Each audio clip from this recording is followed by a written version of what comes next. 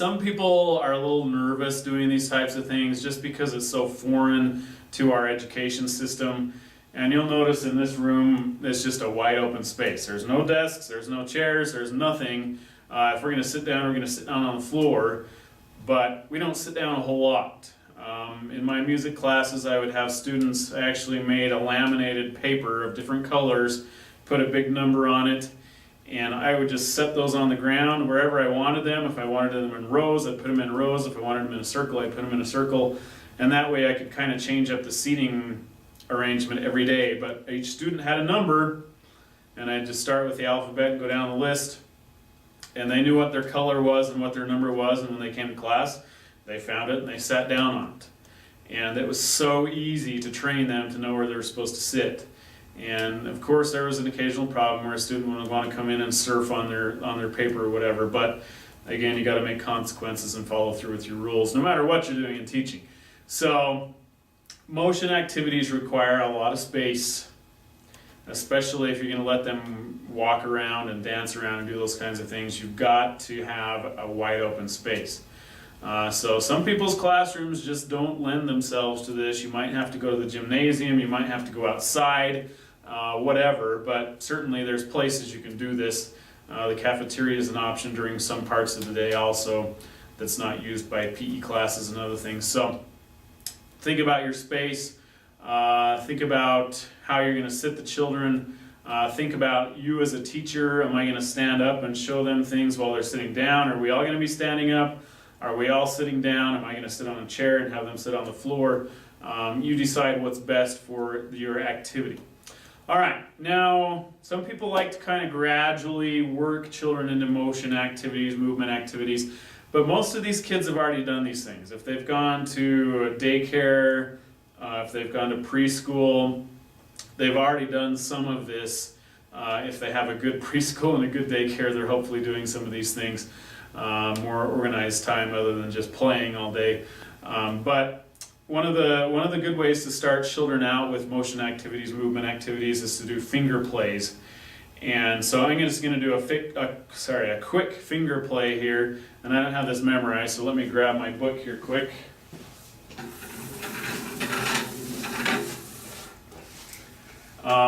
And I'm only going to do the first part of this, but this is really simple, really easy. And it's one of those things where it's a gradual decrease of numbers, and so you can do the first round and then say, join in with me. And then they'll do the second round and they'll figure it out really fast. But it's getting them moving and then helping them do things while you're talking or chanting or whatever. So this is called 5 brown buns. 5 brown buns in a bakery shop. 5 brown buns with sugar on top.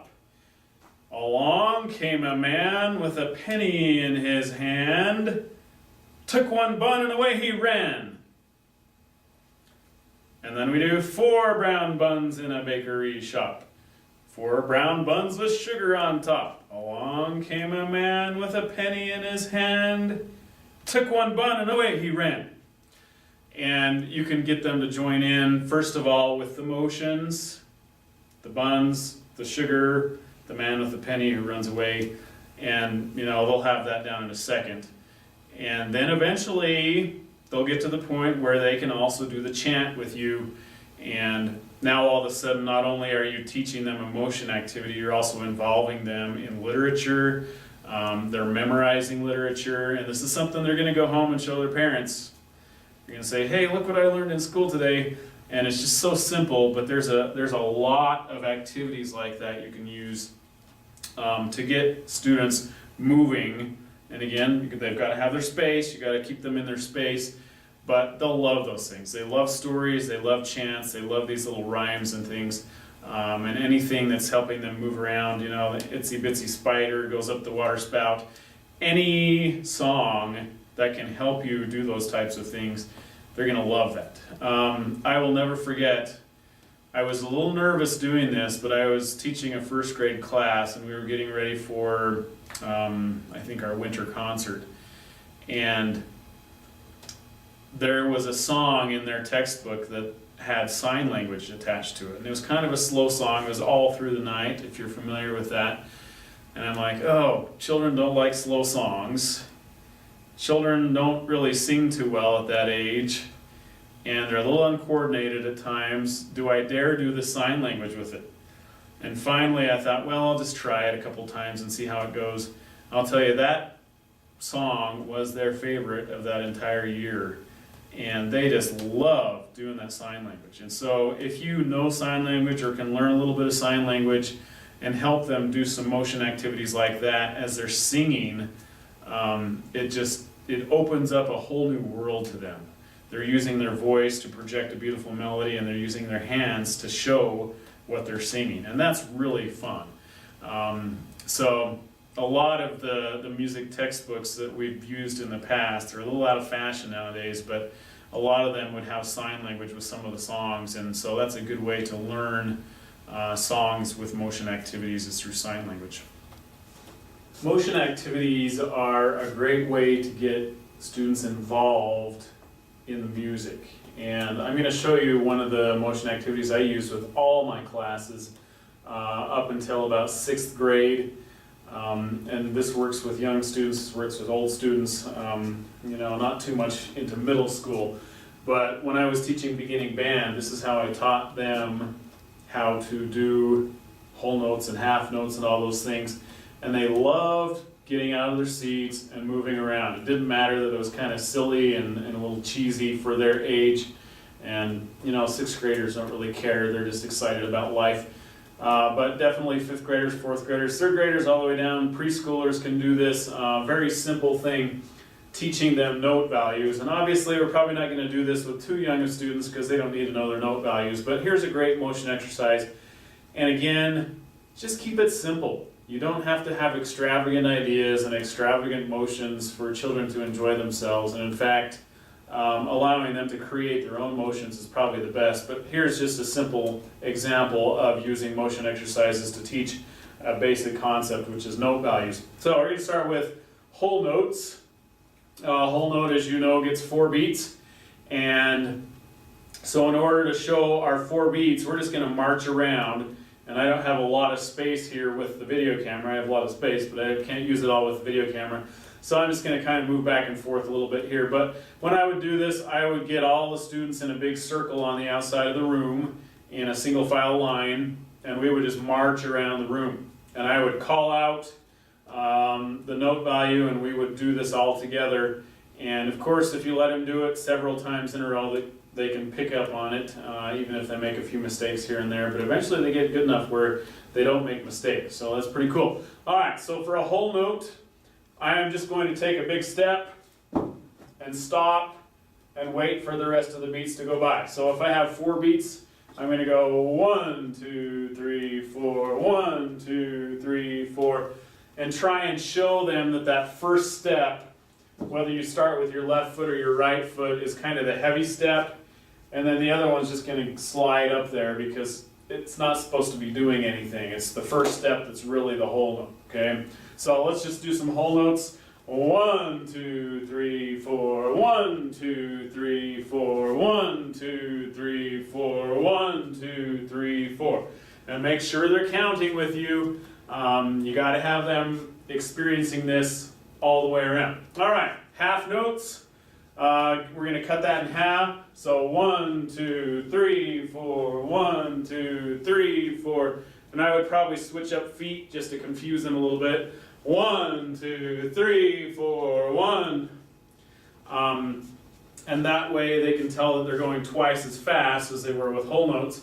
And then to quarter notes, we'll just walk. 1, 2, 3, and it's okay to stomp your feet. 3, 4, 1, 2, 3, 4, 1, 2, 3, 4, and so on. And then I would just yell things out, and we'd go ahead and do it. So whole notes: 1, 2, 3, 4, 1, 2, 3, 4, 1, 2, 3, 4. Half notes: 1, 2, 3, 4, 1, 2, 3, 4. 1, 2, 3, quarter notes: 1, 2, 3, 4, 1, 2, 3, 4. And that way they can get to know those note values. You can even do eighth notes: 1 and 2 and 3 and 4 and 1 and 2 and 3 and 4, and get them really moving. And It's kind of fun when you get done with music and they're tired and worn out, and they go back to their English class and their teacher wonders what happened. But it's good to teach with motion. Let the kids be active. So there's one example. I'll show you a couple others in other videos here. But try and come up with ideas to involve students in what you're doing. Okay, I'm going to do one more movement activity. I'm going to turn on a piece of music, and there's so much good music out there that can teach students so many musical concepts just by listening and moving that it's amazing. You kind of have to dig to find them, but there's a lot that are just perfect for this activity. One of my favorites, this is the Hungarian Rhapsody No. 5 by Johannes Brahms.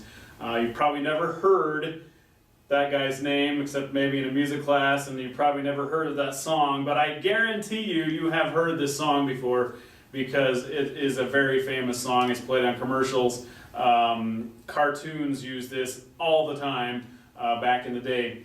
So the cool thing about this piece of music is we have lots of huge contrasts in the music. It starts out very loud and very, well, not very fast, but pretty fast. And so what we're going to do is we're going to show some sort of a movement that creates a loud and sort of fast environment. And then as the music changes, if it gets softer, or if there's less instruments, or if it gets slower, we're going to somehow change what we're doing. I'm just going to do kind of a dance thing, not really a dance, but a motion activity. You could do this with passing of balls. I've seen some very, very good teaching where you give two students a ball, small ball. They sit across from each other and they pass the ball back and forth in a way imitating how the music works. And sometimes they might keep the ball themselves a little bit and then pass it across. But try and attach your movement to the structure of the music, the form, to the dynamics, the louds and the softs, the changes in timbre, if it's dense timbre or if it's sparse timbre. You know, those are the kinds of things we're listening for when we're going to do motion activities. So check this out. I might not make it through the entire song because this wears me out, but see some of the things that I do. And this isn't going to be perfect, but I'll tell you, the kids just love doing it. And this is also a kind of a song that I would just turn on and let them be creative. I'm not going to show them anything. I'll just stand back and watch. I might join in a little bit, but it's more fun for me just to watch and see what they do because they're going to come up with some amazing stuff. So here we go.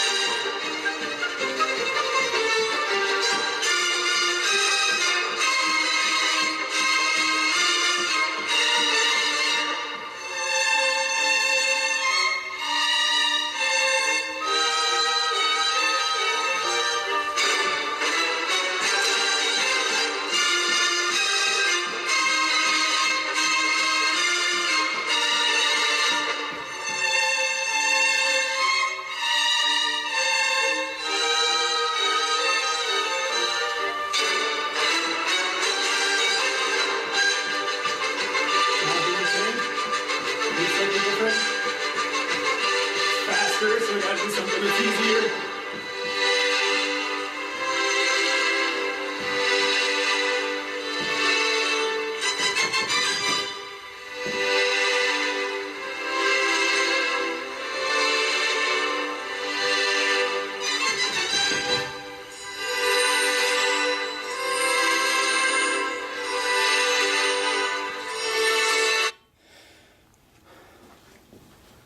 Okay, so you can see it doesn't have to be anything fancy, and a lot of this stuff you can just make it up on the spot if you want. But you'll notice that there's drastic changes, and that really makes it easy for the students to kind of pay attention to the differences in the music. And they can hear the changes, And once you show them what they're doing, they can do it on their own. So really just kind of let them go with this kind of stuff. But more fun motion while listening to music and learning about different aspects of music.